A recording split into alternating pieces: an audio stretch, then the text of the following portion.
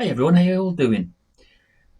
I found something that surprised me today because I actually thought that I was on my own with my particular viewpoints on matters regarding, you know, well, the injection, all that kind of thing, and the world at large and what's happening with things in the Middle East. I actually thought that my thoughts were just a little maybe extreme at times, but it turns out that the two people I spoke to today, one at a place where I was doing a job at a dairy, and he never took the V and didn't say the word, so he didn't have it. And it turns out that more people that I've met over the last few days are all so grateful that they didn't fall for the bullshit in the first instance, and that they stuck to their guns. And yeah, some of them were threatened with loss of employment, but a lot of them that I spoke to stuck to their guns.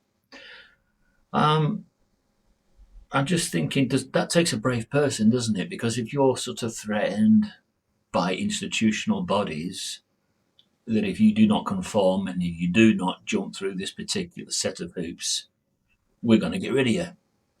But then you turn around because you've got some kind of backbone and you stick up for yourself, knowing that could result in you losing your job, and it could be a really, really well-paying job you've got that you might lose, and it might even be damaging to your family financially, and it may even result in you having your house not being able to pay your mortgage. And there's so many sort of knock-on effects to sometimes standing up for your principles.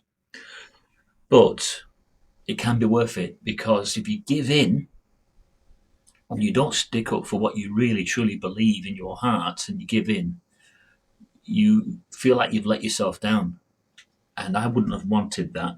So I'm quite glad that I stuck to my principles on everything that's happened since the start of the U.S. elections and everything that was happening at that time and all the mass hysteria around pushing the world into this.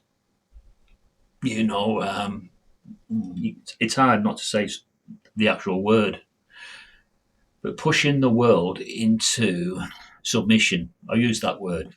Pushed them into submission, and everybody just relented and didn't put any fight up. They just went along with it without really, really just challenging it.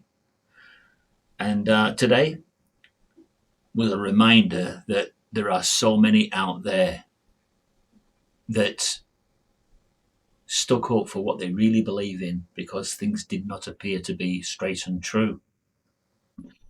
And nothing is straight and true in these last days. And I suppose that you have to say to yourself that Satan is playing an absolutely brilliant game at the moment. I mean, obviously, his end goal is that he wants to pulverize humankind into them worshipping in him, you know, bowing down to him in some way, uh, so we can use that as a full scale ammunition against the Most High when it comes to it, because that's what I believe he will do. And he'll be able to say, "Oh, look, look, look! There's another 4 billion that did not want to serve you." So when you come up against someone who's not had sort of any religious background and not a theologian, they're just a normal, straight as you like person, man and woman, and they have come to that conclusion themselves with no real prodding. That's kind of restores a bit of faith, doesn't it, in the fact that you are not alone. And more than ever, people, we're not alone, any of us, in being reticent and holding off. It is a very good thing to be reticent at times, just to hold off until something rings straight and true. Because if you just plough ahead and take someone's advice who may not be giving this advice on the best of terms, may be doing it for selfish reasons. And if you plough ahead and take their advice and it turns out to be quite detrimental to you, then I suppose you've only got yourselves to blame. But just standing back, looking at the whole picture, looking to see what the globals are doing at the time that they're expressing the will for people to, buckle down. Look at what they're doing first. What example have they set? And when you can't really see that they're really setting a good example, that's the time to go, whoa, whoa, whoa, whoa. It don't ring true.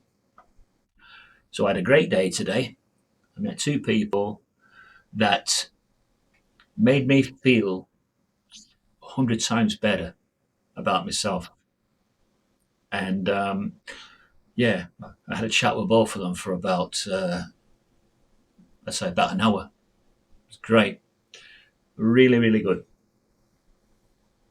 So where are we going from here? Well, naturally, the Bible lands will be where it's all at. And there's going to be carnage.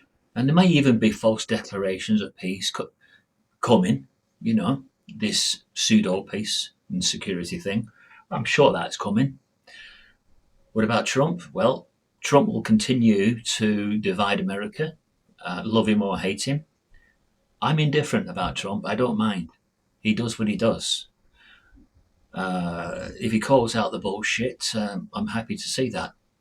And there's certainly a lot of bullshit in American politics, as in English politics, or politics the world over.